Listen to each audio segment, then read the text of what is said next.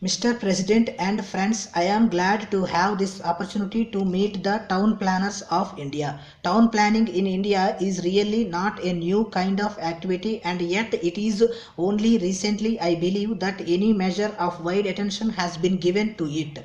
Yet it is fairly recently that some marked attention has been paid in the states, barring some individuals interested here and there to town planning.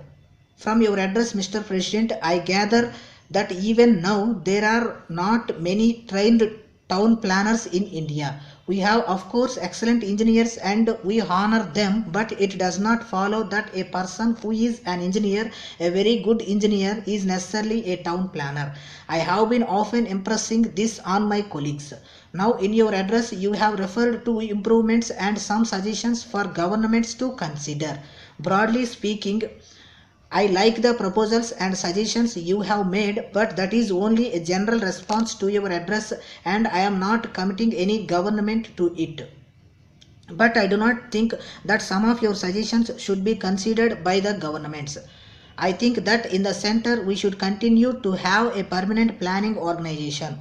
I agree with you that there should be regional planning organizations, state or otherwise, but I do not think the center should make itself responsible for these for a variety of reasons. I do not like too much of centralization. The center should of course be intimately associated, and if they have a central planning organization, which I think should continue, naturally its help will be available to any region. But the state governments should build up their own regional organizations. It takes time to do that, and it is not merely a question of reading books but the experience of doing things. That experience has been gathered by some of our young planners. It would be a pity to break up that organization, and I hope it would therefore continue and be available for consultation of work in any part of India. City and town planning, and in a sense general planning for a country's growth, industrial or otherwise, is now a concept well recognized all over India. In our 5-year plans, this is recognized, although the full significance of planning is not always understood or appreciated. It is not merely making a list of things to be done, making a list of factories to be put up, dams to be put up, or other things of that type. It is an integrated process of the nation's development and not one-sided.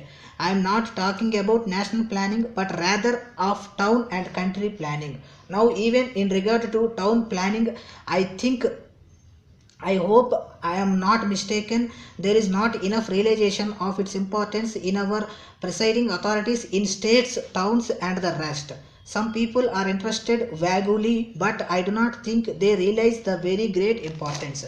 Many of them may think that town planning is a good thing, but rather an expensive luxury and therefore cannot afford it. But certainly, in terms of human welfare, it is not at all expensive. We talk so much today of industrial trouble, student indiscipline, and so many other kinds of conflicts and controversies. They are troublesome indeed, but I do not think that often there are many causes and many reasons.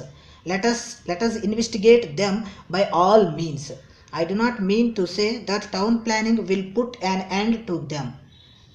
Nevertheless, I do not think that proper planning of cities, proper and spacious places to live in, open places, and all that would go a long way to create a healthy atmosphere for living, which is of greatest importance. In the case of a factory, we talk of production or to increase our production. True, that is of basic importance, but production depends not only on the training you give to an individual but also on the environment in which he works and lives.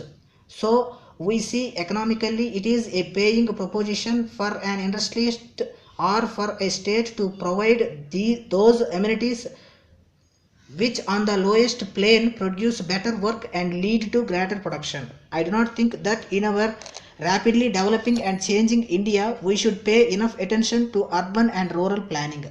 I suppose maybe I am mistaken. Much of the planning is directed to cities and less to rural areas. Perhaps it is natural and inevitable that to some extent it has to be done. I think we should try to stop the drift from the village to the town. You cannot do that by telling people not to do it because the town is more attractive. It affords more conveniences and opportunities.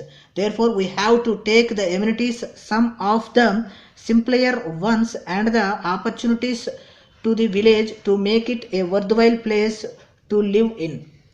Small towns are at the present moment rather in a bad way. Between village and big towns, they tend to disappear. First of all, the local people in the village should be infused to participate and feel that they are building something for themselves. One of the objectives of the movement has been to create this urge for self-development with the help given. Secondly, it is important that the type of work and improvement that we do should bear some relation to the conditions we have in those rural areas. What I mean is, it is no good planners suggesting something which is to be imported from long distances.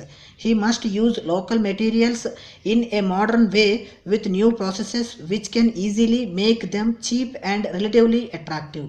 In India, again, in the last century or more, I suppose I say so with some diffidence, our artistic tastes have deteriorated terribly. Some of the moneyed people think that money is a test for art and beauty, which of course it is not. It is normally the reverse of it.